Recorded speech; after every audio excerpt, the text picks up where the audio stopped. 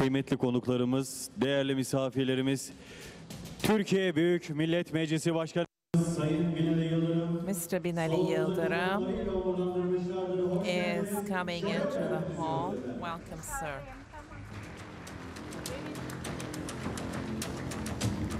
Ladies and gentlemen, the President of Turkey's Grand National Assembly, Mr. Binali Yıldırım, has just entered the room.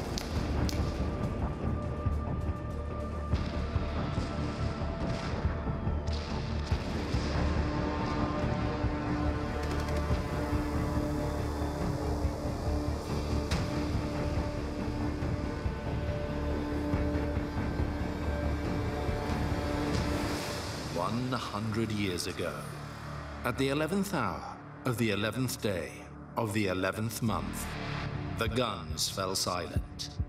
The war to end all wars was over.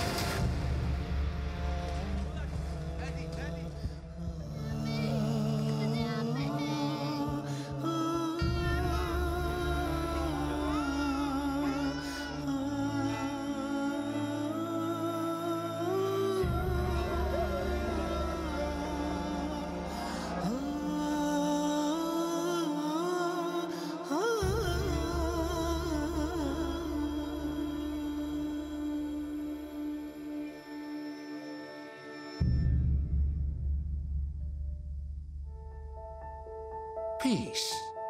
What is peace? Peace is a concept of harmony and the absence of hostility. Peace is a lack of conflict and freedom from fear of violence.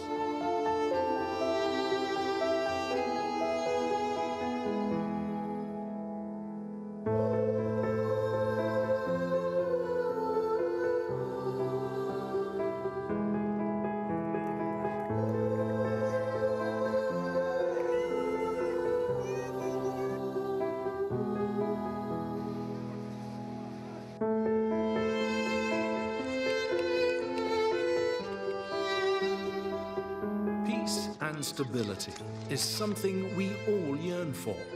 It is something we strive for, and it is something that is in your hands.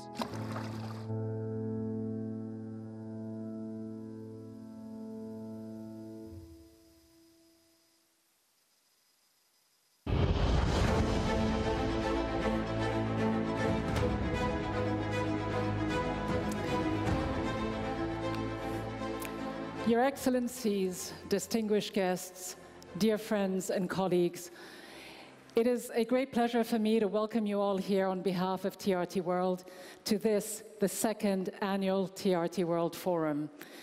I'm Rida Fakhri, and as a presenter based in Washington, D.C., I can only say how happy I am to have escaped from American politics and its dizzying effects, although admittedly, it's been quite entertaining.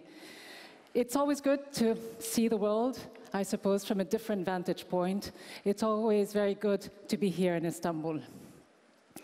Although I do suspect that this year's theme, as we just heard, envisioning a peace and security in a fragmented world, will somehow take us all back to US and Washingtonian politics, whether we like it or not. I'm afraid from that, there will simply be no escape. But it is a critical and very timely discussion indeed. I think it's fair to say that the world has always been fragmented. Wars have shaped our history. This great city, Istanbul, once upon a time was at the very heart of imperial rivalries. Of course, today it is a bridge between East and West, between the worlds of Islam and Christianity, a much-needed bridge between different cultures and religions. So I think there can hardly be a more strategically or historically relevant and fitting place, I would argue even a more uplifting place for us all to meet and have this discussion. If our world is indeed fragmented today, if it is indeed fractured, and more so than it has been in the past, is it because of our growing interconnectedness? Is it because of the information revolutions that have so fundamentally shaped the way we live everywhere and anywhere in the world? Is it the explosion of trade and commerce between nations? The growing population pressures and the flow of migration between countries and continents?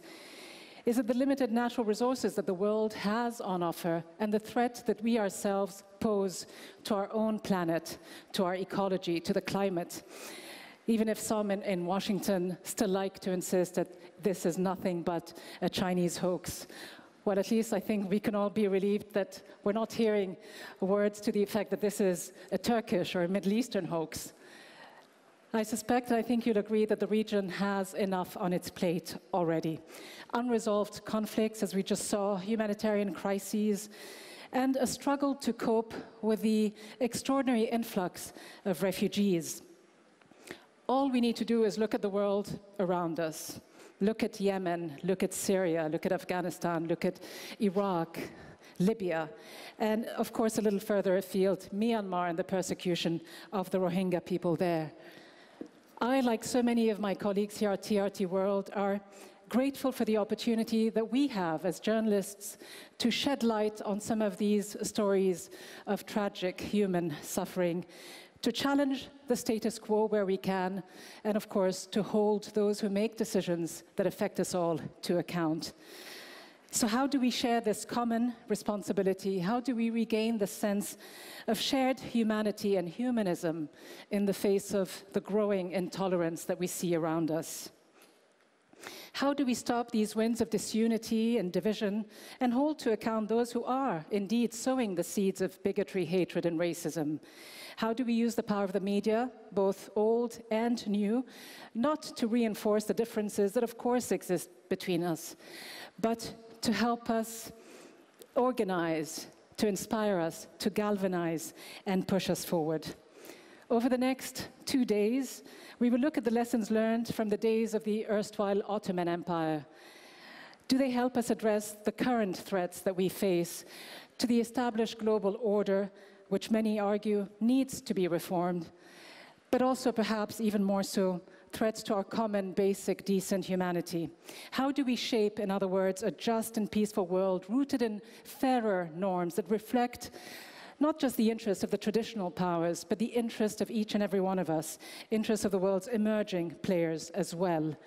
Some of the world's leading decision makers are here at the forum, former and current heads of states, presidents, prime ministers, decision makers across the international political spectrum, as well as leading academics, historians, heads of humanitarian agencies, UN mediators, and civil society. But before I introduce our first speaker, and as we try to imagine this world that we all envision, a world of peace and security, I'm reminded by the words of a diplomat, a statesman who I had the privilege to know for over 20 years, to interview and travel with to some of the region's hotspots and conflict zones, from Iraq to Syria to Libya, and other areas as well, whose people live under occupation and lack basic decent dignity. And I'm thinking of Western Sahara and Gaza, places that we all need to learn more about as we continue to care about the state of our world. Someone who has also led the United Nations at some of its most challenging and darkest hours. And I quote, "As individuals, we have a responsibility to each other. What unites us is much more important than what divides us. We need to cooperate at a time when the world has become so interconnected and we are dealing with problems that no one country, however powerful, can handle alone." And speaking about leaders who make, quote, aggressive statements and threats, Kofi Annan once said, "Don't be impressed by these noises. Unfortunately, coming from leaders, we need to work together." And so on this sobering call for action, it is my distinct privilege to now introduce our first speaker, the Director General of TRT, Mr. Ibrahim Eren, to set the tone for this second annual forum. Mr. Eren.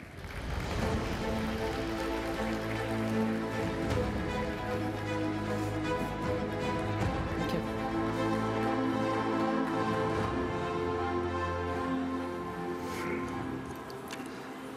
Sayın Meclis Başkanı, President of Turkey's Grand National Assembly, presidents, prime ministers, governor, distinguished guests. As TRT family, one of the most important projects we have implemented is the TRT World Forum. We're having the second of those this year. It makes us very happy and excited. You distinguished participants who have honored our invitation, I would like to thank you on behalf of myself and my organization. Security and trust. We are challenged on a global basis. We're going to come together to discuss, and it's important to come up with solutions. So departing from this, last year we organized the first of these TRT World Forums, and we talked about the uncertainties of the world and the age that we live in, and we discussed how we can be inspired for change. I'm sorry to say that since last year, we have not been successful in establishing trust and security. Wars, humanitarian crises, discriminations, fragmentations have increased. In many different areas, there have been conflicts of interest and power, and this has continued to make the world unstable. Weapon cartels, interest lobbies, and terrorist organizations are continuing their existence and threatening human safety and security. It has cost thousands of lives, civil wars such as in Yemen and Syria.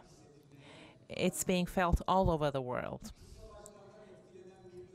Millions of civilians have been impacted by these wars, and in order to survive, they have been living under very difficult conditions. They are risking their own lives and the lives of their children and looking for the right to live in other countries. And many of these refugees are not so fortunate as those coming to Turkey. UN has defined this as ethnic cleansing. The discrimination and terror that Muslims are subjected to are known, and a fair solution for Palestine is decreasing, and the living conditions of Palestinians are worsening, especially in Europe. In recent times, Islamophobia and xenophobia have been on the rise, and they have been causing new fragmentations every day.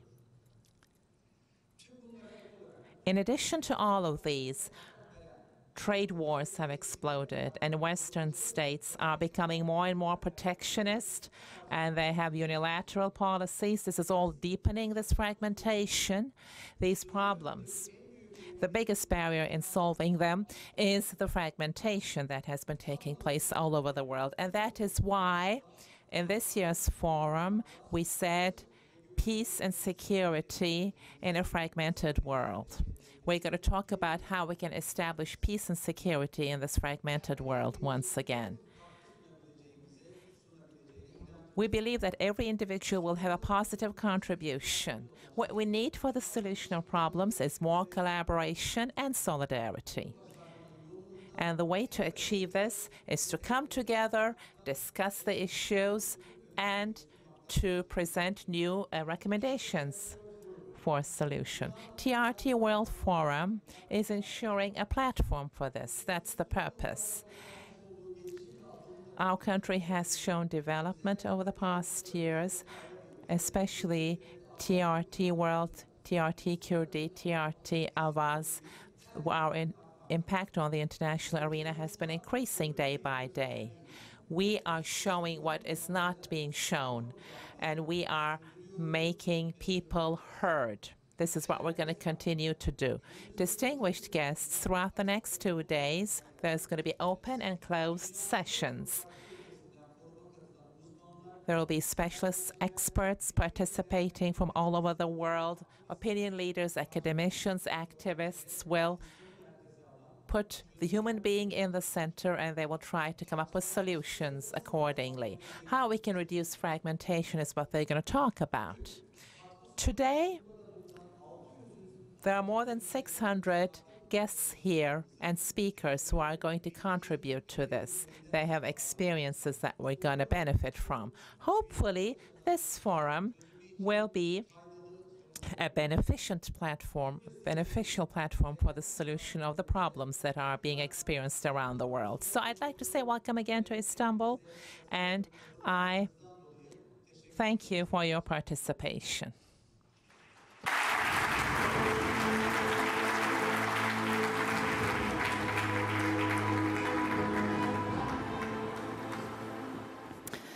Director General Aaron, thanks very much indeed for these opening remarks and for putting in context many of the challenges we face, but also the opportunities that we have to shape the world.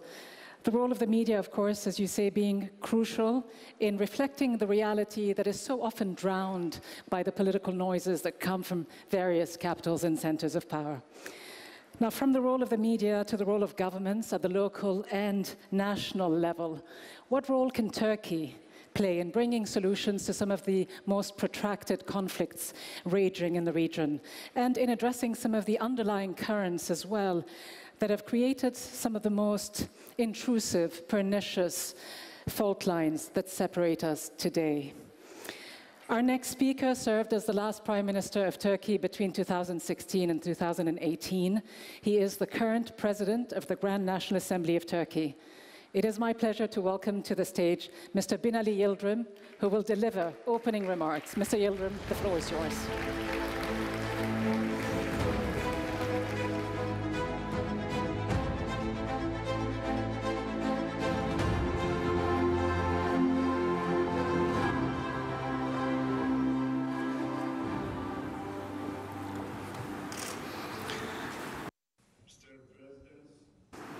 Prime Ministers, Ministers, distinguished guests, ladies and gentlemen. It is my privilege and great honor today to be with you and participate such an important meeting organized by TRT. The topic is a genuine one. Peace and security in fragmented world really need to be discussed broadly, all manner. When we look at the region where we live, is a really hard to maintain peace and security as long as the fight and unrest situation is become style of life. So I think during these 2 days, all over from the world, all specialists, NGOs, political figures, those who very much want to support, want to say something to bring up peace and security to our global world, to our people. I think this effort will not be, will be very much supportive to reach our goals.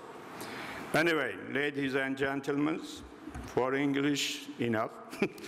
My English not enough to go further.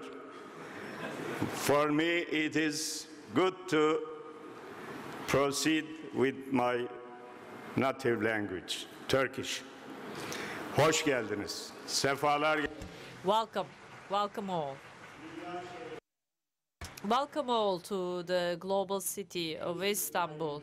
Istanbul is a city that unites 3 continents, and water runs at the heart of it, and Istanbul is regarded to be an open-air museum. Welcome all. I'd like to congratulate TRT for organizing such an important event and discussing such an important topic for hot debate.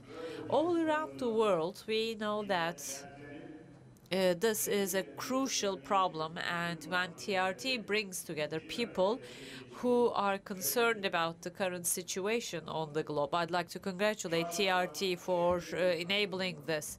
It's great to see that the participation is great. Previous President of Afghanistan, Mr. Karzai, is with us. Welcome, sir.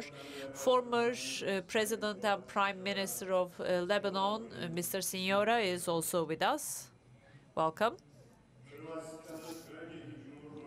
Former President of Croatia, Mr. Pilosovic, is also with us. It's also great to have you here. Board Brande is also with us. We have President of Red Cross, Mr. Francesco Rocco, and many more experts and specialists and writers and political leaders and opinion leaders are with us. Dear friends, envisioning peace and security in a fragmented world. This is our theme. This is a very important theme. All participants here, all participants that are gathered here are in a city where more than 600 years brotherhood and peace dominated. It is indeed meaningful, even more meaningful, that this topic is discussed in a city which unites 3 continents.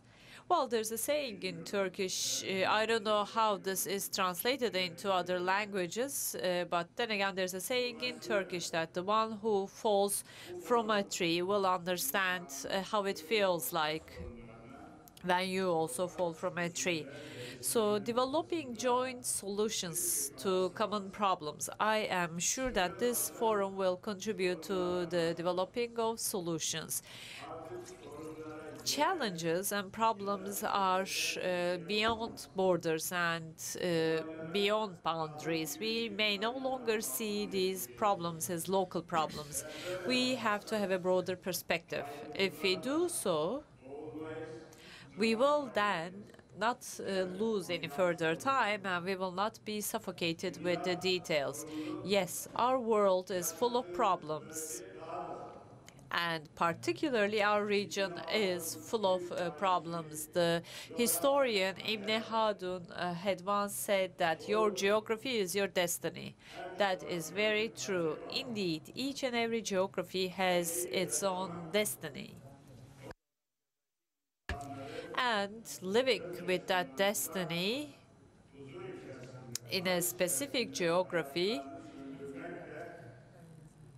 and making sure that these issues and challenges are resolved and that people do not shed tears. This is the responsibility of leaders such as ourselves. Turkey is surrounded by a geography with challenges. Of course, natural extensions of these challenges are directly having an impact on us. Take a look at Syria. It has been more than 8 years that the civil war started, and because of the civil war, the biggest price is paid by some countries, and Turkey is one of those countries. We are paying the highest price, and so does Jordan and Lebanon. 3.5 million brothers and sisters. We have opened our arms, and we have assisted them to survive. However, some countries are having a difficulty in understanding that. You have spent 30 billion, they say. They have difficulty in understanding. They can't understand because when it is about human beings, when it is about ensuring that people survive, money doesn't play an important role. Saving a person means saving the universe. This is our understanding. This is our motto. This is the reason why we do this. All around the world, there is turmoil, and we see that the level of development is not compatible. Natural resources are not shared equally and fairly. There are some advanced countries with state-of-the-art technology, and they have the fastest access to natural resources. And the other countries then are deprived of that.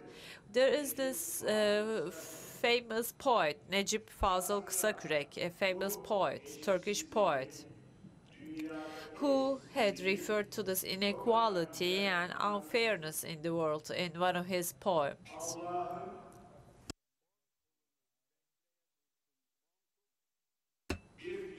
Ten people may be waiting for the grace of God, but if 9 of them get this grace and 1 does not, this is not fair. So natural resources should be shared equally and fairly, and this is true for all world citizens. Otherwise, there's turmoil and there's unrest. The primary reason for unrest is not conflict or war. It, at the same time, is hunger and poverty and famine and unemployment and hopelessness. These are the reasons for this unrest. In underdeveloped countries, we see that problems are even deepened further on. According to research conducted all around the world,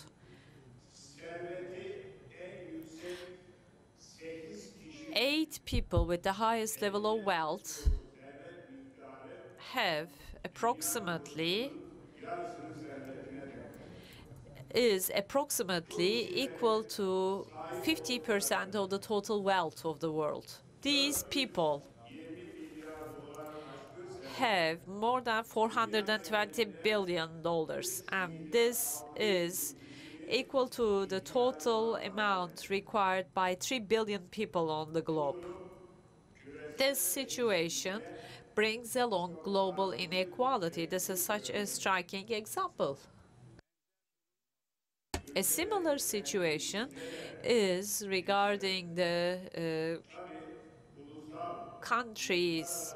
Of course, there are some national and international conflicts and dilemmas, and these dilemmas bring along potential risk to accelerate the process and cause further unrest. Distinguished guests, we are all aiming to ensure peace and security in this world, and we all have to make sure that the system is fair and based on justice and equality. This requires cooperation. The first thing that we should all cooperate about is fight against terrorism.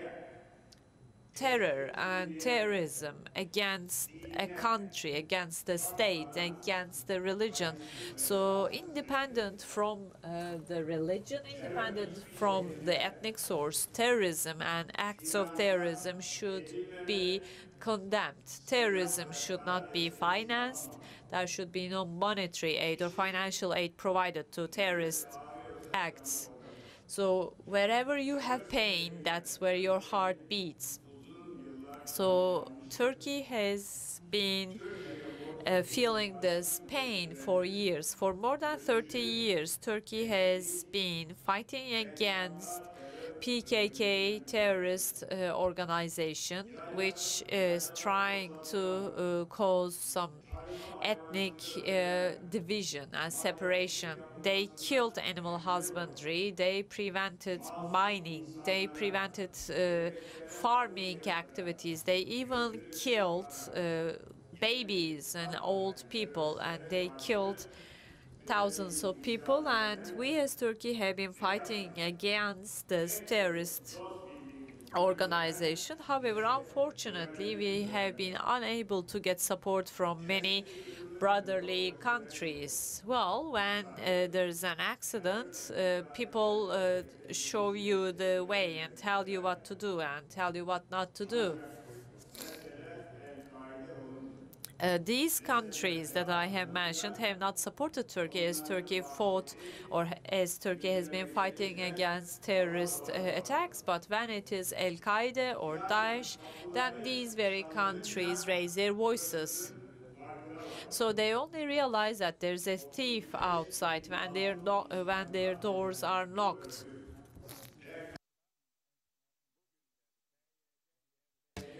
So 35,000 plus people have been killed, and unfortunately these terrorists are active in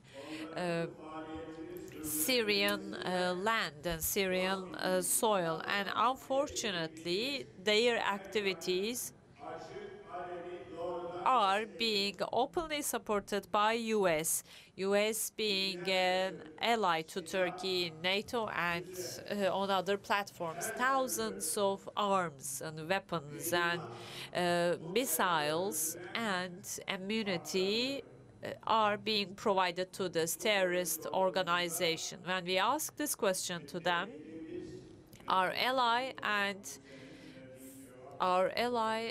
brotherly country gives such an interesting answer. They say, we are not in a strategic partnership with them or cooperation with them. We are in tactical cooperation with them. That's just nonsense. There may be no explanation brought to cooperation with a terrorist organization, dear friends, dear colleagues. If we are willing to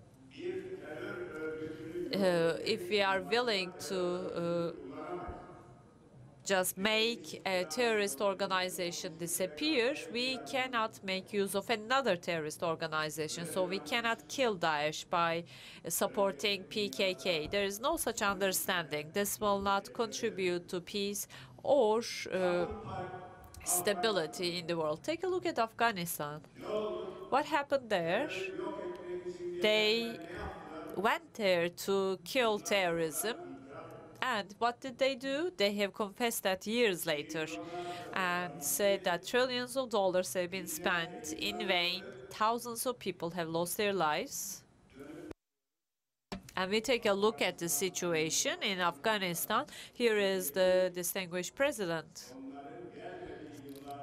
When they, well, we should ask him, which era was better, before they came or after they came? Take a look at Iraq. There are nuclear weapons, and they said this is going to be a big headache for the whole world, and they came with a big move, and they did the same thing in Iraq, in Syria, and in Myanmar, in Yemen as well.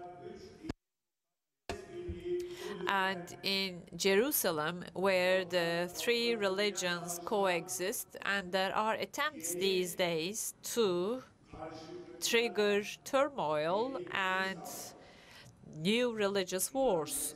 All of these are harming the region, harming the countries, and these are said to help these geographies and countries. However, they just serve for the purpose of deepening the problem. In recent years, we have started having problems with yet another terrorist organization. This is the Gülenist terrorist organization. As you will recall, on July 15th, this terrorist organization attempted a coup in this country. I was the prime minister there, and along with our president, we did our best to protect our nation and our country by inviting our people to the city centers. And maybe for the first time in our history and for the first time in the world history, we have succeeded that. They captured the weapons and arms and planes and helicopters of the state, and these villains pointed their guns and weapons to the people of Turkey. That's how they wanted to attack the government and attack the people of this country. They wanted to sway Turkey into a chaos. However, the power of people has beaten the power of the tanks and weapons that day, and Turkish people have not permitted this attempt. We have lost 251 people. Thousands of people have been injured. I would like to once again wish that the souls of our martyrs rest in peace, and I'd like to wish all the best to the ones who got injured. So what happened to this Gülenist terrorist organization? We take a look at the leader of this organization and see that the leader of this organization lives in America, lives at a villa. Everything is so obvious. He is the one who gave the directions and instructions. We have all the documentation, we have all the proof. However, our friends, our ally does not move a single muscle. So you're not returning him, so bring some restriction, would you? Don't pretend as if nothing happened. Why do you let him live as if nothing has happened? Why didn't you even initiate an investigation? Are you concerned that many things will follow if investigation is initiated? That's the only thing that comes to mind. Turkey has sent over files and files of proof, and there is no outcome. So there is no distinction between terrorists, like my terrorist and your terrorist. As long as there is this distinction, or as long as there is this discrimination, we cannot fight with terrorism, and we cannot ensure global and regional brotherhood. If there are some trans-border issues, we need to make sure that we have institutional cooperation. Otherwise, it's not possible to fight with these attempts. Logistics and financing of terrorism should be cut. So otherwise, if you only fight with arms, it's not possible to fight against terrorism. I would like to touch upon yet another point. Regarding terrorist organizations trying to harm Turkey, have continuously been complaining that they do not have freedom of speech. However, since 2002, we have been taking concrete steps for freedom of expression, for enjoying rights and privileges. We have undertaken many legal and constitutional changes. By now, it's impossible to close down political parties. Similarly, freedom of speech and freedom of faith have been given more room as much as possible. We have done all of these, and has terrorism come to an end? No, unfortunately, no. All these arrangements that we made and all the measures that we have taken have not finished terrorism. So that shows that terrorists ask for more, and that their complaints are not well-founded. This situation is valid for Al-Qaeda and also Daesh. Distinguished participants, world population has reached 7.5 billion people. And in the next 2 decades, 2 billion more will join in. This is what the estimates say. Gross national product is more than $80 billion, roughly speaking. So if we had a fair distribution, $10,000 would be the income per capita, or $10,500. There would then be no unemployment and poverty. Let's put unemployment aside, but there would be no poverty. Poverty would then come to an end. If income is generated and distributed equally, there would be no violence and there would be no wars. It wouldn't be at the same level. When that's the case, there would be no refugee crisis, there would be no illegal smuggling of people. This would be taken to a minimum level. People are not leaving their hometowns and their countries and jumping into an adventure. It's not in vain, it's for a brighter future. People are forced to do that, so people feel obliged to migrate so that they can have a brighter future. You cannot underestimate that. These problems are growing exponentially, and in today's world, unfortunately, we have this unforeseeable. We see that there are unforeseeable and unprojected problems that are developed by politicians. 700 million people are, even 800 million people are confronted with hunger. So what has to be done is to focus on reasons for these problems and challenges. It's not about looking for a mosquito. It's not about trying to catch the mosquitoes. It's instead to stop the mud and stop the generation of the mosquitoes. Well, it's all about status quo. After the Second World War, This status quo was established to prevent further wars. However, the status quo no longer meets the needs and requirements of the countries. The paradigm has shifted, and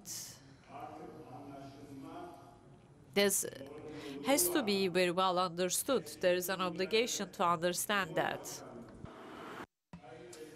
Our President, Mr. Recep Tayyip Erdogan, delivered a speech at the General Council of UN and said once again that the world is larger than 5. These 5 countries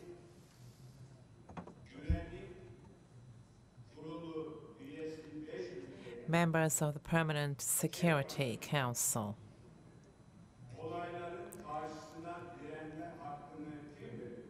who gives them the right to resist the events around the world by themselves, these 5 countries. Innocent people die someplace, blood is shed. UN says, let's put an end to this, and somebody raises their hand and says, no. And the file is closed right there and then. This is no sustainable thing.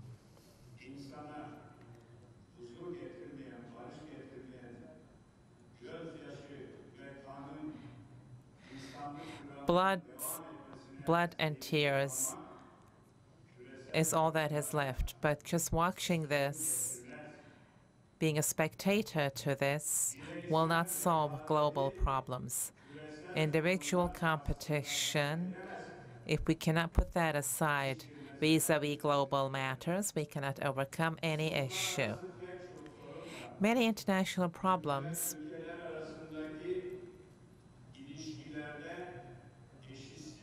is because of the inequality among countries. And at the point of eliminating this inequality, unfortunately, global diplomacy is inadequate. In the example of our neighboring country, Syria, in order to establish peace and security, those who have the power, organizations who have the power to do something, organizations with the power to decide on matters, have remained very inadequate. In Jerusalem, in Palestine,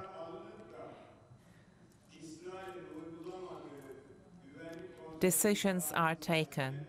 UN Security Council decisions that have been taken are not being implemented by Israel. For some countries,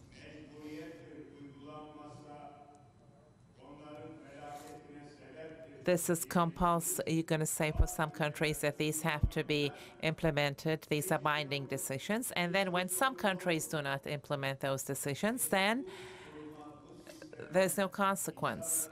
Okay, then how can people believe in this system, in this council? You know, this is a question that needs to be asked out loud. These types of institutes, that the absence of the types of institutes who take decisions. And you know, if a thief is inside the house, it's no use locking the door. Those who cause the problem cannot solve the problem. So long as this is the case, unfortunately, there will be, you know, we're going to be going around this vicious cycle time and time again. That is why the composition of the UN Security Council should be reviewed, and this policy that they're abiding by should be left behind. Otherwise, everything that's being talked about is in vain. No state should have the right to veto by itself. Post-war, post-Second World War,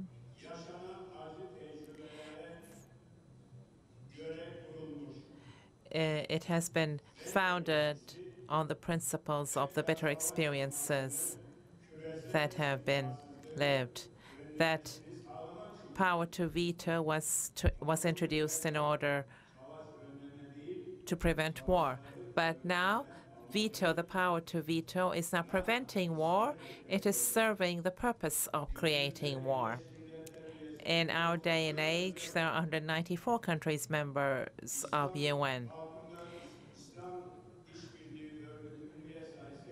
The number of members of Islamic Cooperation Organization is 57. And in the UN Security Council, there should also be an Islamic country.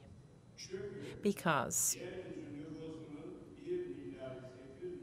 1,850,000,000 of the world population is Muslim, and all chaos, all terror, all civil wars are taking place in Islamic countries. Is this a coincidence?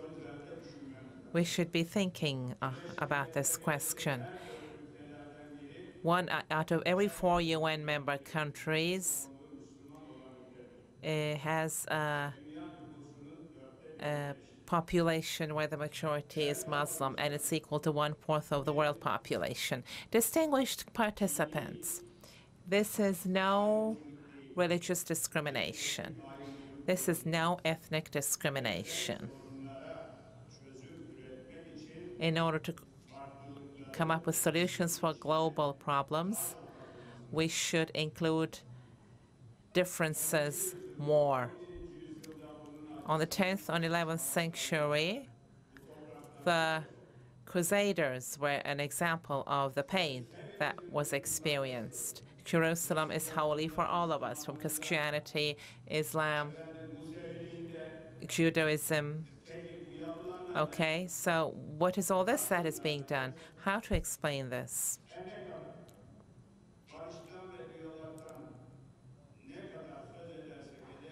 No matter how much we talk about peace and dialogue, the relations of some countries, they make it a tool to perpetuate the problems. Problems among nations deepens the conflict even further. Therefore, in international relations, it is important to underline this. If there's no problem, there's no collaboration, seems to be the approach, whereas the world is our common home. We should keep this home clean. It's up to all of us. Our resources are limited. We have to protect them together. We have to make our relationship. If we misuse our relations and our resources, we are doomed to drown in this pool of problems. There's no escape from that. For instance, in the EU,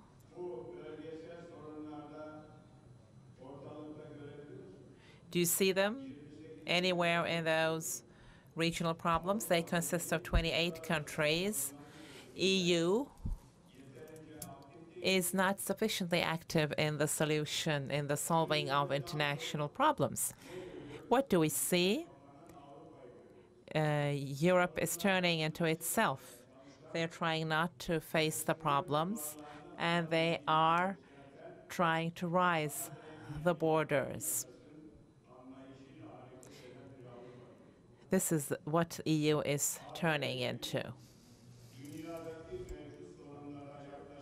EU's approach to the problems around the world is far from creating solutions. Economic and social reasons are present, of course. It's the nature of a lot of international problems, and because EU does not make its presence felt, all of these problems are developing even more negatively. Distinguished participants, it's not aliens who are going to be solving the world problems. All of these problems stem from humans. We have to solve these problems and establish peace and security and brotherhood. It's up to us to be able to achieve this. Every problem we cannot solve and postpone turns into a ball of fire which continues to hurt us. While we're at it, racism, Islamophobia, These are on the rise around the world. I'd like to touch upon those briefly. Racism and Islamophobia,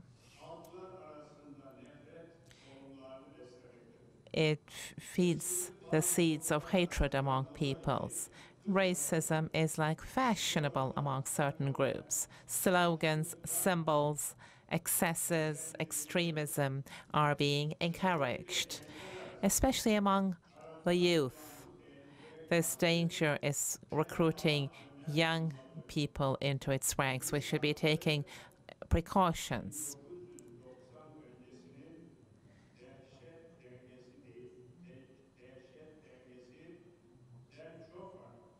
The situation is very different from pre-1990 because the young people can go about freely. There's kind of this covered up conflict. On the one hand, we're talking about love and peace. On the other hand, hatred, seeds of hatred are being planted. Aggressiveness is increasing. Myanmar, Arakan, Rohingya Muslims, only because of their faith, they are being subjected to ethnic cleansing. Unfortunately, nobody hears their voice around the world.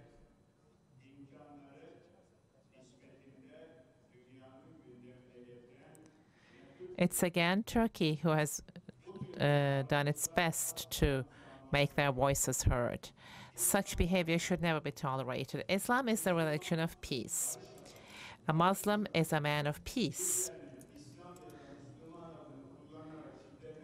Some people using terror and violence under the guise of Islam is also making people suspicious towards Islam.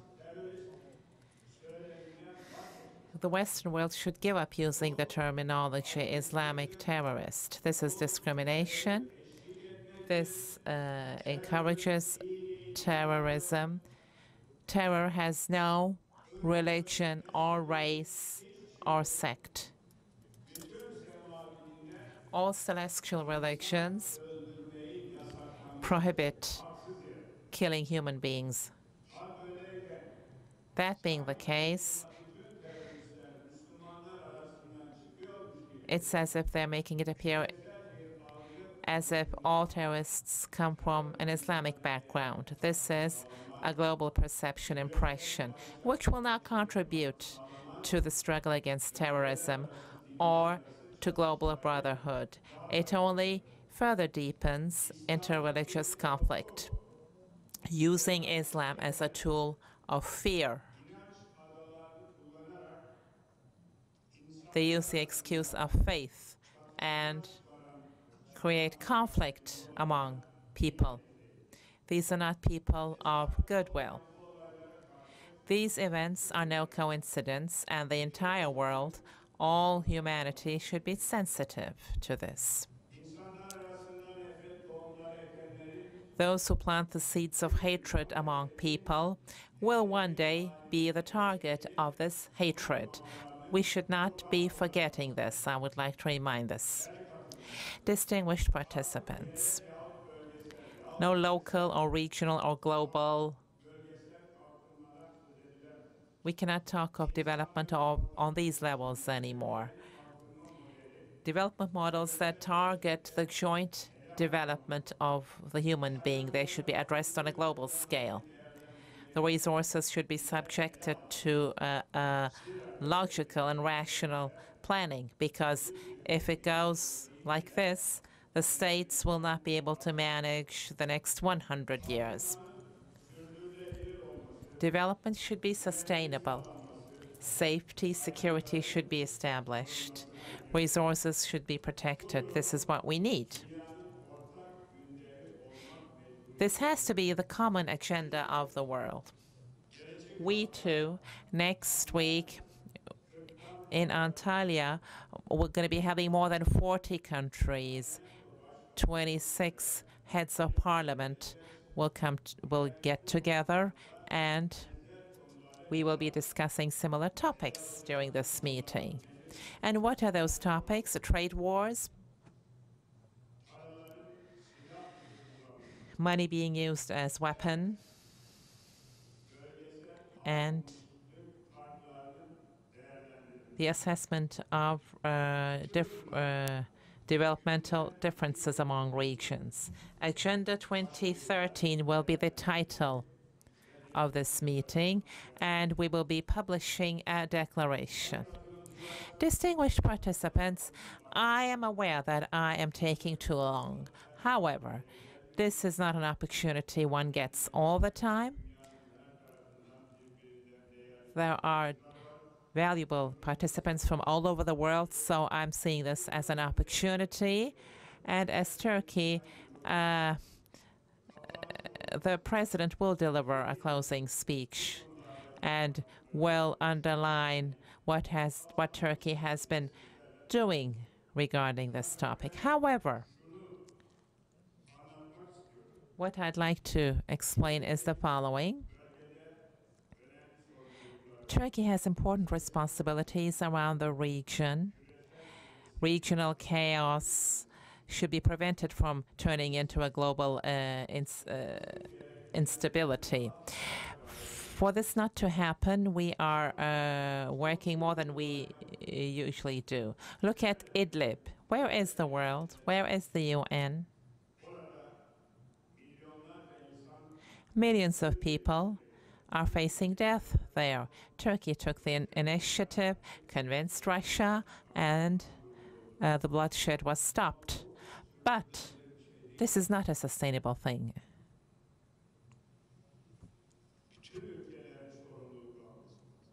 All countries should take responsibility. All countries should be taking the risk. The president of a country goes and says to our neighbor, Iran, I don't like this nuclear agreement, I'm canceling it. I mean, it can't be this arbitrary, right? Can't be this unpredictable. And we cannot ensure global peace with decisions like this. Deciding as countries who decide as they wish and who act as they wish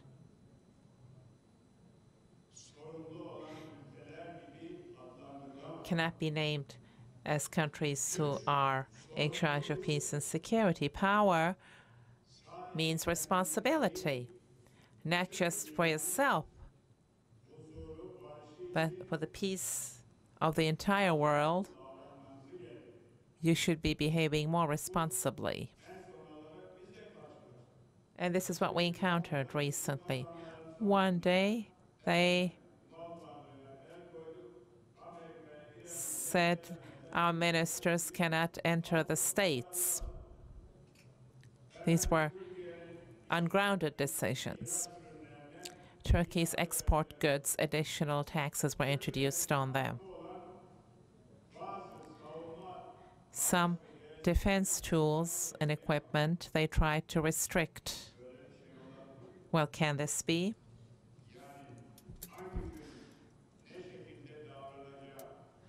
How they're going to behave on any given day, you cannot tell. And can you establish peace around the world with an approach like this? Therefore, 194 UN member countries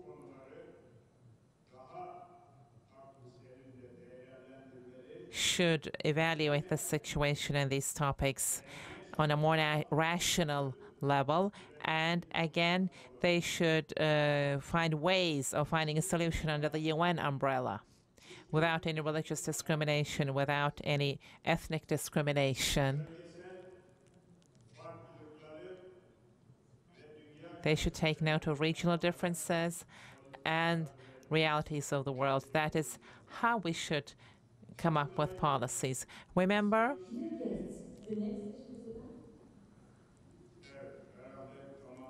I guess they're telling me to finish, right?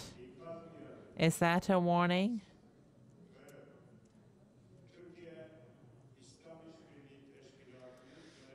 Turkey is the term president of Islamic Cooperation Organization, and the decision was taken to open and embassy in Jerusalem.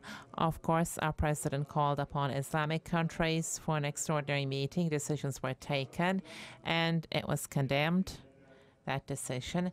Following that, UN was called for a meeting. The American administration, who took this initiative, was left alone.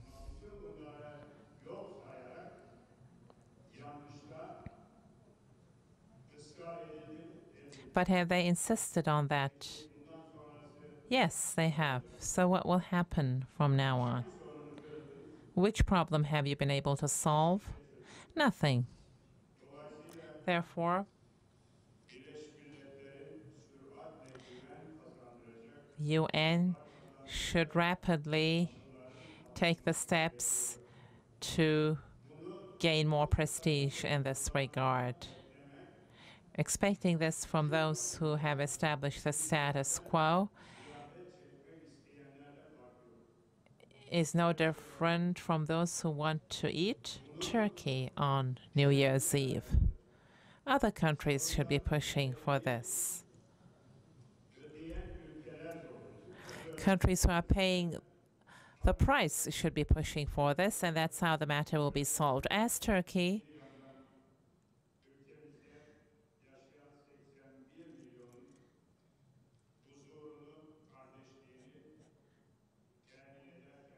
we are trying to ensure the peace and brotherhood and the welfare of 81 million people. And on the other hand, we're trying to find solutions for the chaos, terror, and humanitarian tragedies that are taking place around us.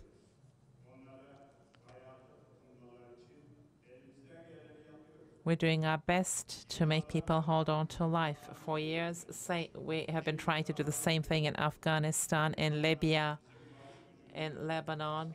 We have soldiers in the peace force in Africa, same, in Qatar. Again, we played an active role in the crisis in the Gulf region. But of course, here, it's not a matter of one or several countries taking this initiative. All countries, leaving aside short-term interests, they should look for long-term global peace and brotherhood. They should put interest in the background, and they should make decisions to make humanity thrive. So with these thoughts and feelings, I would like to thank TRT World who put this topic on the agenda. For 2 days, we are going to have the participation of a very elite crowd who are going to be discussing this topic. The general manager of TRT, the managers and the employees of TRT, I would like to thank the entire team on behalf of my country. Joint solutions for our joint problems. These types of meetings should be organized more frequently. There should be more awareness. No doubt, it is very important. And once again, I greet all participants. Thank you very much.